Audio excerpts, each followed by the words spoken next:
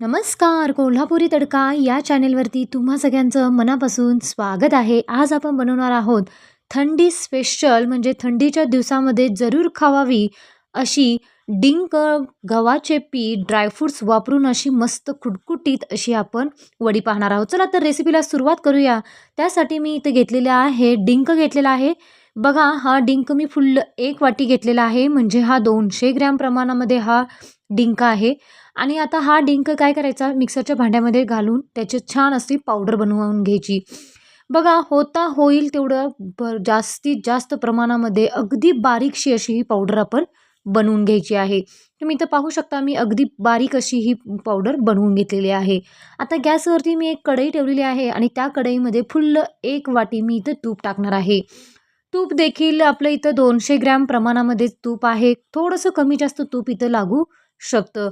आता तुम्ही इथं पाहू शकता तूप पूर्ण कडलेलं आहे. आता कडल्यानंतर त्यामध्ये फुल्ल 1 वाटी इथं आपण गव्हाचं पीठ वापरणार आहोत. बघा गव्हाचं पीठ लगेचच आपण तुपामध्ये टाकलं की लगेचच पहिल्यांदा काय होतं पूर्ण गव्हाचं पीठ जे असतं ते पूर्ण तूप शोषून घेतं आणि नंतर जसं आपण पीठ भाजत जाऊ तसं काय होतं तूप सोडायला लागतं. बघा इथं तुम्ही पाहू शकता आपण एक 5 ते 10 मिनटं अगदी गॅस बारीक करून आपण हे पूर्ण जे पीठ आहे ते भाजून घ्यायचं आहे.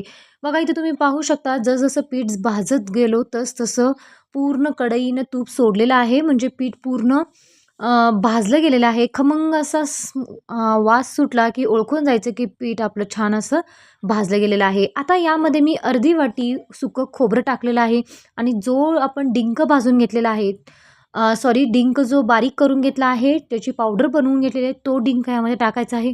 थोड्या प्रमाणात मी पहिल्यांदा टाकलेला आहे नंतर आणि थोडं टाकणार आहे. त्यानंतर मी अर्धी वाटी इथं खारकेची पूड घेतलेली आहे.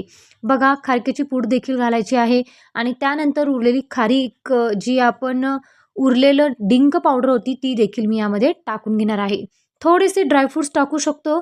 ड्रायफ्रुट्स हे आपल्या आवडीनुसार टाकायचे आहेत. नाही टाकलं तरी देखील चालू शकतं. पण चला तर इथं सगळी जिन्नस आपण टाकून घेतलेली आहेत. आता काय करायचं हे सगळं जिन्नस आपण एकसारखं 5 मिनटं कंप्लीट आपण इथं हे परतवून घ्यायचं आहे. म्हणजे जे काही आपण जिन्नस नंतर टाकलेले आहेत म्हणजे जी खारीक पावडर आहे, डिंक आहे आणि जे आपण ड्रायफ्रुट्स टाकलेले आहेत ते सगळे पूर्ण छान असे भाजले जावेत आणि ज्यानंतर जोपर्यंत भाजत नाही तोपर्यंत आपण त्यामध्ये गूळ ॲड करायचा नाही.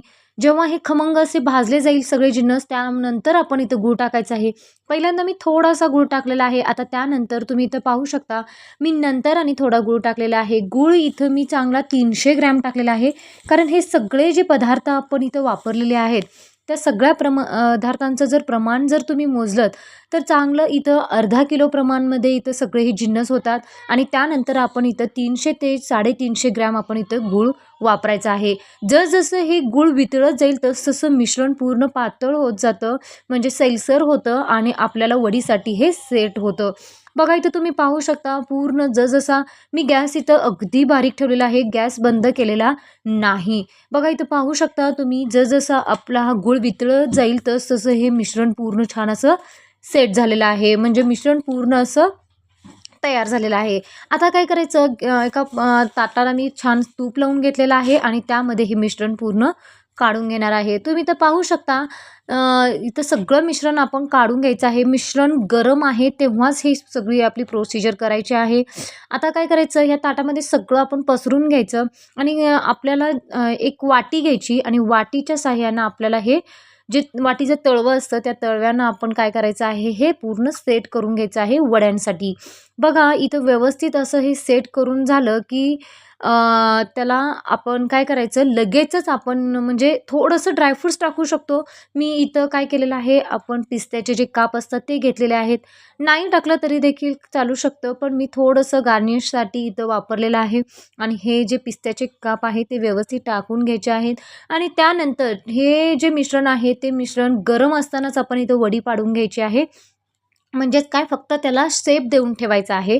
म्हणजे चाकूच्या साहाय्याने असा आकार देऊन ठेवायचा. लगेचच वडी काढायची गडबड करायची नाही. व्यवस्थित असं ह्या पूर्ण चाकूनं आपण ह्या वड्या अशा सेट करून घेणार आहोत.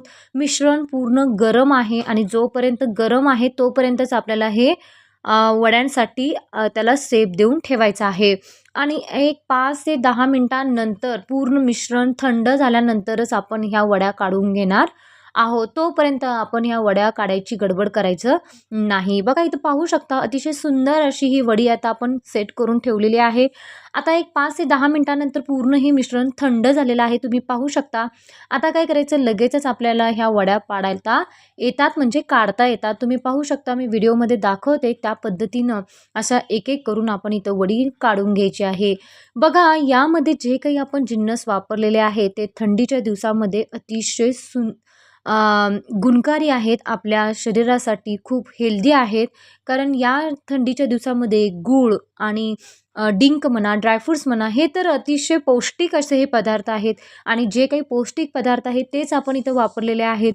खारीक पावडर मी घरी होती म्हणून याच्यामध्ये यूज केलेली आहे. तुम्ही नाही केली तरी देखील चालू शकतं. किंवा आणखीन काही ड्रायफ्रूट्स तुम्हाला पाहिजे असतील तर त्याचे तुम्ही पूर्ण पावडर करून यामध्ये ॲड करू शकता. पण गुळाचं आणि या सगळ्या जे जिन्नस आपण जे पदार्थ वापरणार आहोत त्या पदार्थांचं प्रमाण मात्र व्यवस्थित घ्या. म्हणजे थोडासा गूळ कमी जास्त आपल्याला इथे लागू शकतो. आणि गूळ आपण जेव्हा त्या मिश्रणामध्ये टाकतो तेव्हा ते जसजसं मिश्रण पूर्ण वितळलं जाईल, म्हणजे जसजसं गूळ पूर्ण त्यामध्ये मिक्स होईल तसं हे मिश्रण पूर्ण सैलसर होतं, म्हणजे वड्यांसाठी सेट होतं. बघा इथं गॅस लगेचच बंद करून ठेवायचा नाही. जर गॅस बंद केला तर मिश्रण एकजीव होत नाही आणि वडी देखील व्यवस्थित पडत नाही. जर तुम्हाला हे मिश्रण थोडंसं घट्टसर वाटलं, म्हणजे जर वड्यांसाठी सेट नाही झालं असं वाटलं, तर काय करू शकतो आपण, तर थोडंसं 1-2 चमचे आपण यामध्ये तूप वाढवू शकतो. म्हणजे तुपानं काय होईल, एकसारखं त्याला शेप येईल, म्हणजे एकजीव होईल मिश्रण सगळं आणि जे काही पदार्थ आपण वापरलेले आहेत ते एकजीव होतात आणि त्यानंतर वड्यांसाठी सेट होऊ शकतं. बघा तुम्हाला एक वडी इथं काढून दाखवते. वड्या पाडताना आपण तुम्ही पाहू शकता कुठंही ताटाला चिकटलेले वगैरे नाही, व्यवस्थित अशा ह्या आपल्या वड्या निघालेल्या आहेत. तुम्ही पाहू शकता अतिशय सुंदर अशी ही वडी बनलेली आहे. आणि खाताना देखील म्हणाल तर त्यामध्ये आपण जो काही डिंक वापरलेला आहे तो डिंक खाताना खूप क्रंची लागणार आहे. ड्रायफ्रूट्स वापरलेले आहेत त्यामुळे तर अतिशय सुंदर अशी ही वडी टेस्टला लागणार आहे. या थंडीच्या दिवसामध्ये अशी वडी जरूर बनवा आणि कमेंट करून नक्की सांगा. चला तर लवकरात लवकर सबस्क्राईब